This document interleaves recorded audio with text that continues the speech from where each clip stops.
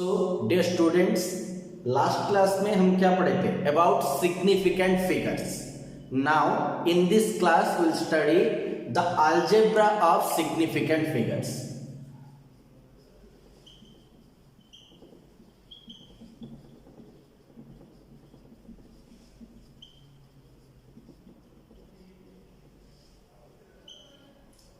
So first हम देखेंगे addition and subtraction.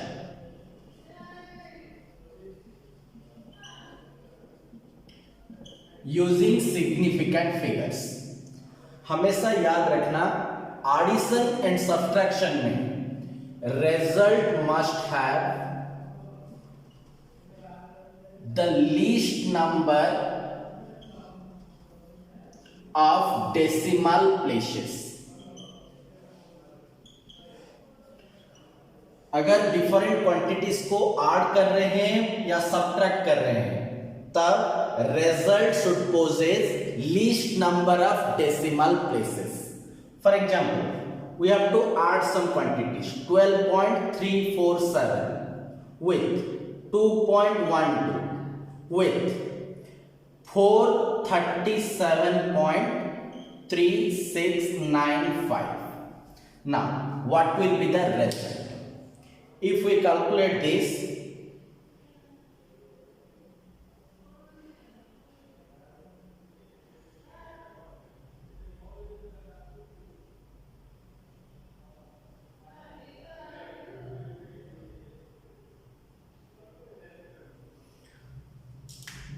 the result is 451.8365. Now check here.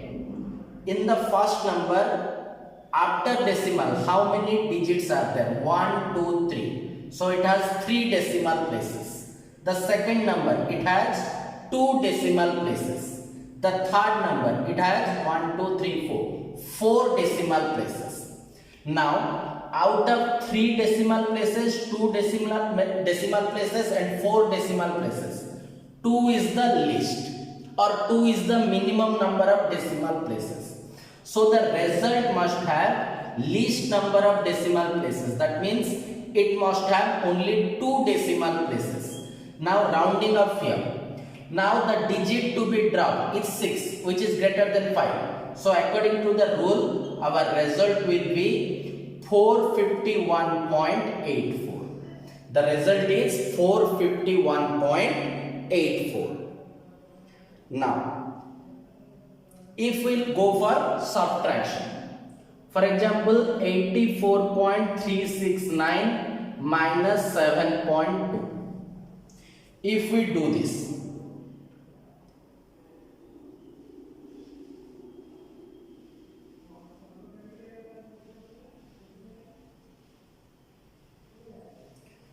the result is 77.169.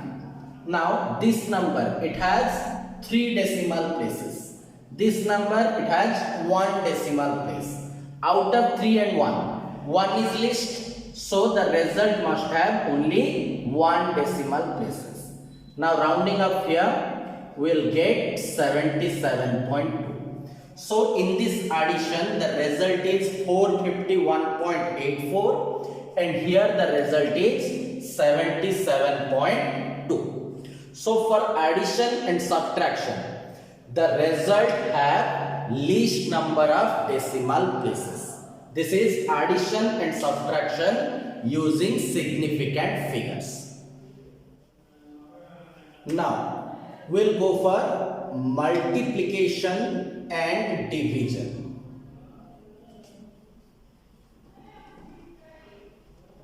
So in multiplication and division, the result must have least number of significant figures. This is very important. For addition and subtraction we are checking for least number of decimal places, but for multiplication and division we have to go for least number of significant figures. For example, If I multiply 17.0052 into 2.39, what will be the result? If we multiply these two numbers, 17.0052 multiplied with 2.39, the result is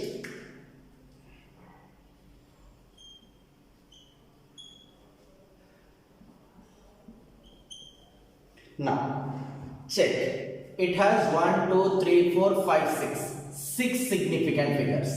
This has 3 significant figures. So the result must possess list of 6 and 3, that is 3 significant figures. Now count from left, 1, 2, 3. Here we have to round off.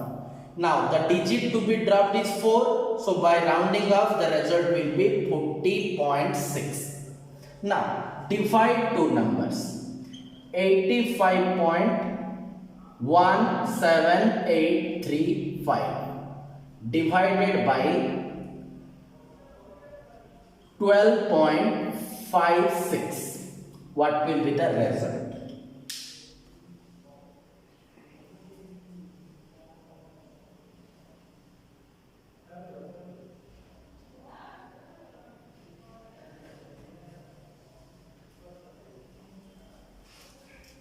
The result is 6.78171157, and there are other numbers.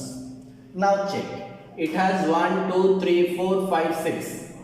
1, 2, 3, 4, 5, 6, 7. 7 significant figures. It has 4 significant figures.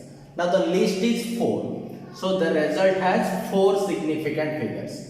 By rounding up here, the first digit to be dropped is 7. So the result will be 6.782. This is the result.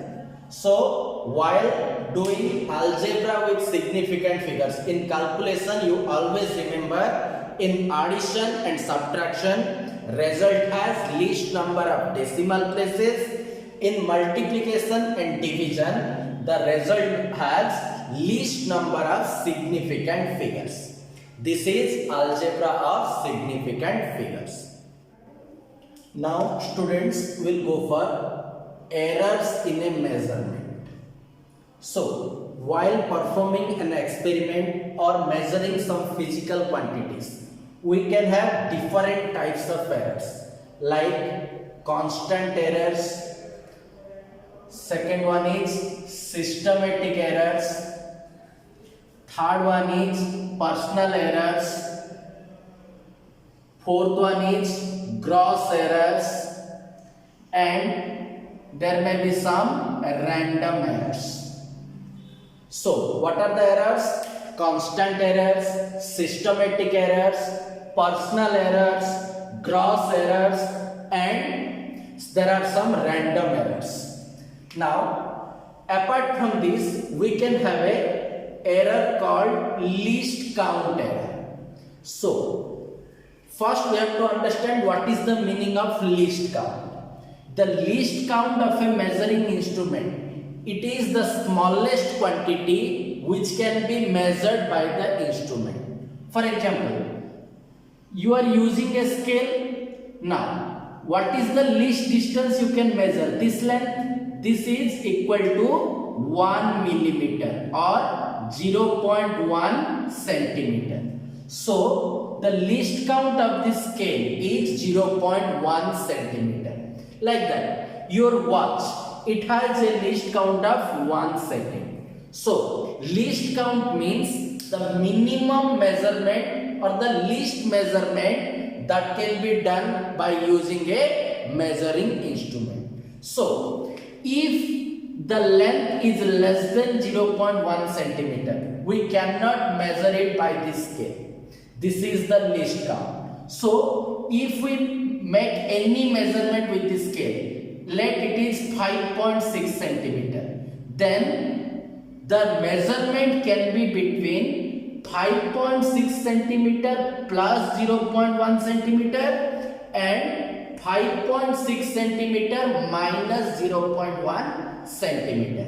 So if the scale has 0.1 centimeter of least count and the measured value is 5.6 centimeter, we must represent it as 5.6 plus or minus 0.1 centimeter, because the measurement lies between 5.6 minus 0.1 to 5.6 plus 0.1 centimeter. Like that. If we are measuring time with our watch having least count of 1 second, then if the measured value is 77, we have to write 77 plus or minus 1 second. This error is called least count error. Now we'll go for the other errors. Constant error. It affects the measurement in a constant way. In every time in the measurement it remains constant. Second one is systematic error. This arises due to imperfection of the instrument or imperfection of the system or setup. Personal error. This arises due to the examiner or the man who is doing the experiment. Due to him this error arises. This gross error. These are called mistakes. So, for example, you are measuring a length and the measured length is 12.4 centimeter, but you write it as 14.2 centimeter. You are measuring it is as 12.4 centimeter and writing it as 14.2 centimeter. This is called gross error or mistake. So, it cannot be undone in physics. Rest all errors can be rectified, but this error is not allowed in a measurement. Last one is random error. This arises due to different random causes. You cannot eliminate it, but one thing we can do about it is, suppose a measured value is something here, A. When we do the measurement can have a positive error as well as a negative error. So, if we take a large number of experiments and take the average, this random error can be minimized.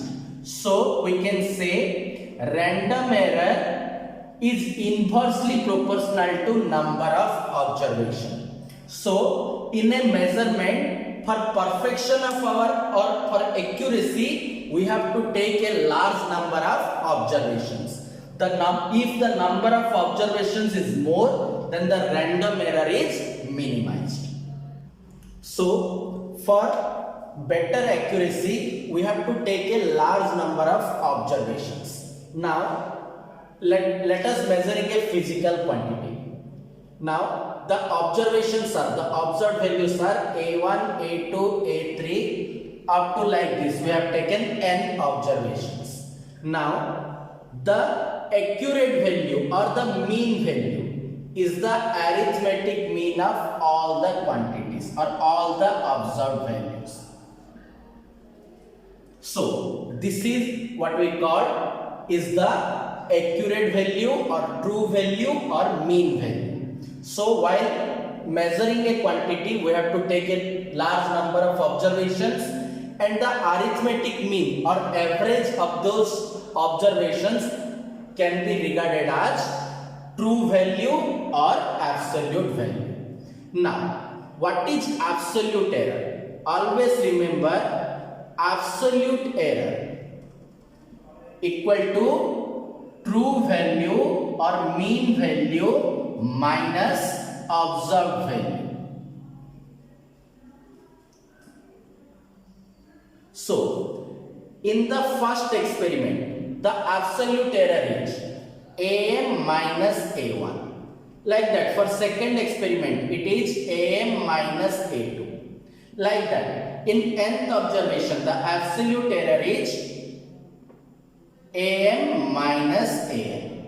Now, the arithmetic mean of all absolute errors is called absolute error of the measurement.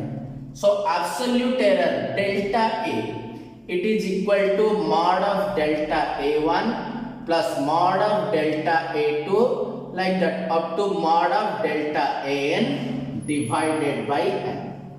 This is called absolute error in an experiment. So, how can you find delta A1, delta A2, delta A3? Like delta A1 is AM minus A1, delta A2 AM minus A2, delta A3 AM minus A3 and like that. Now, next we will define relative error. So, relative error in A, it is represented as delta A. It is equal to absolute error by true value. If delta A is the absolute error and AM is the true value, then relative error equal to delta A by AM. Next one is percentage error. Percentage error equal to relative error into 100%. That is equal to delta A by AM into 100%. Now, if the quantity has a true value AM and absolute error delta A, we can represent the quantity as the measured value x equal to AM plus or minus delta A or AM plus or minus percentage error in A. For example, if the quantity is measured as 25.0 and the percentage error is 2%, then the measured value can be written as 25.0 plus or minus 2%. Now, if the quantity has a measured value of 133.7 and delta A equal to 0.2, then this quantity can be written as 133.7 plus or minus 0.2. In these two methods, we can represent a measured quantity. Either true value plus or minus absolute error or true value plus or minus percentage error. In this way, we can represent a physical quantity. Now, we'll go for compounding of errors or algebra with errors. First, we'll go for addition and subtraction.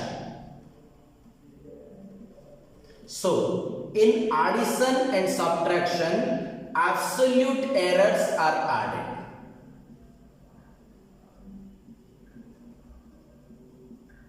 So, consider a measured quantity A equal to AM plus or minus delta A and B equal to BM plus or minus delta B. Now their sum C equal to A plus B. Then it must be equal to AM plus BM plus or minus delta A plus delta B. So in addition, the absolute errors are added. Now consider, let D equal to A minus B. Then D will be AM minus BM plus or minus delta A plus delta B. So, just observe that what actual mathematical operation you are doing on true value only. In both addition and subtraction, the absolute errors are always added. That may be in addition, that may be in subtraction. Now, we'll go for multiplication and division. If we go for multiplication and division,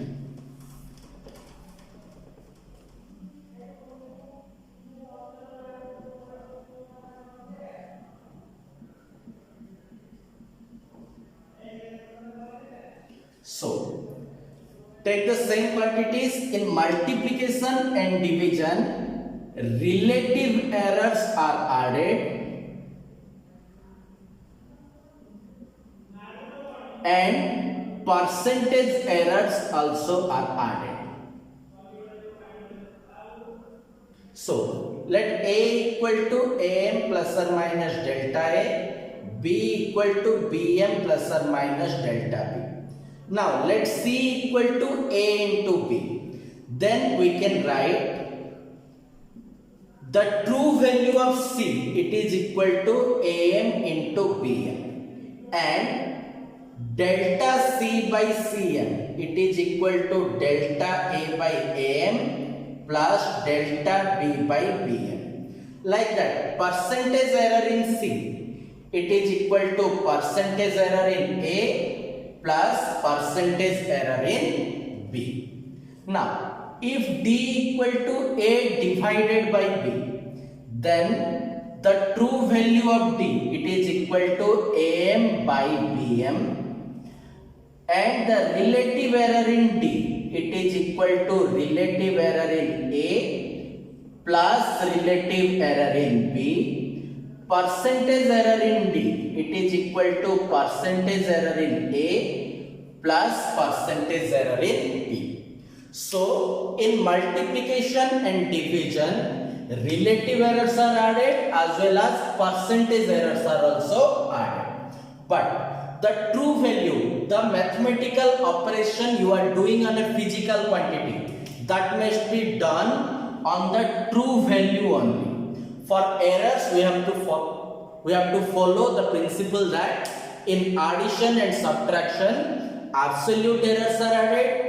In multiplication and division, relative errors and percentage errors are added. Now, consider a quantity raised to some power.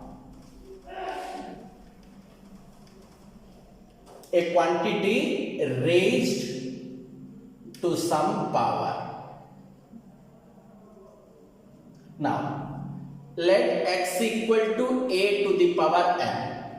Then here relative error in x, that is delta x by xn, it is equal to n times relative error in a, that is equal to n times delta a by a. Like that, percentage error in x equal to m times percentage error in a. Now, if x equal to a to the power n, b to the power m by c to the power p, d to the power q, then we can write relative error in x equal to n times relative error in a plus m times, here the power of p is m, so m times relative error in b plus p times relative error in C plus q times relative error in D. So, when a quantity is raised to some power, we will go for either relative error or percentage error. By using this formula, we can calculate the relative error and percentage error like that. Percentage error in x will be n times percentage error in A plus m times percentage error in B plus p times percentage error in C plus q times percentage error in D. This is the formula for percentage error. Now, consider students, let x is a quantity defined as a square root b by c cube into d. Now, let the percentage error in A, B, C, D are 1%, 2%, 4% and 3%. What is the percentage error in x? Now, how we can calculate? So, percentage error in x equal to A is raised to a power 2 times percentage error in A plus root b, that means b to the power 1 by 2. So, we can write half into percentage error in B plus 3 times percentage error in C plus here d means d to the power 1. So 1 into percentage error in d. So it becomes 2 into 1% plus half into 2% plus 3 into 4% plus 1 into 3%. That is equal to 2% plus 1% plus 12% plus 3%.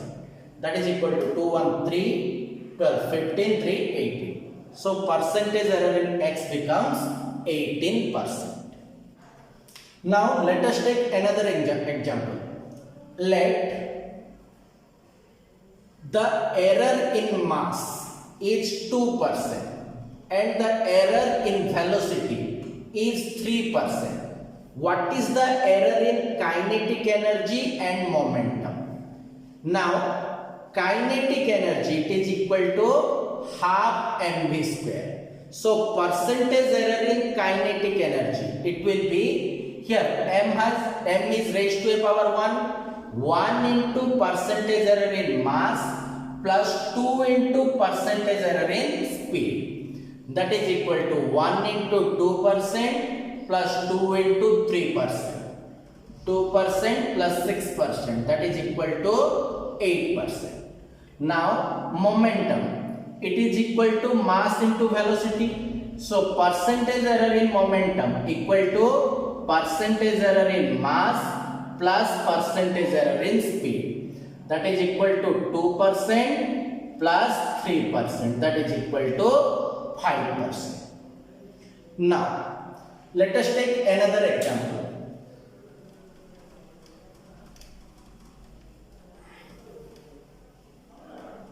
Let a physical quantity is measured by measuring mass, length and time and has the dimension m1, L2, t minus 1.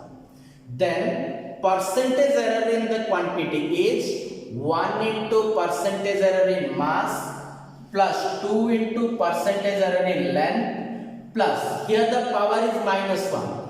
But while calculating the error, the sign must be positive. So it will be 1 into percentage error in time, not minus 1. When you are checking for the powers, take the modulus of the powers. Ignore the negative sign if present. Okay? So in this way you can calculate the errors. Now I will give some questions in the link. You must go through that and solve. If there is any doubt, you can join in our Telegram link which is given in the description. Thank you.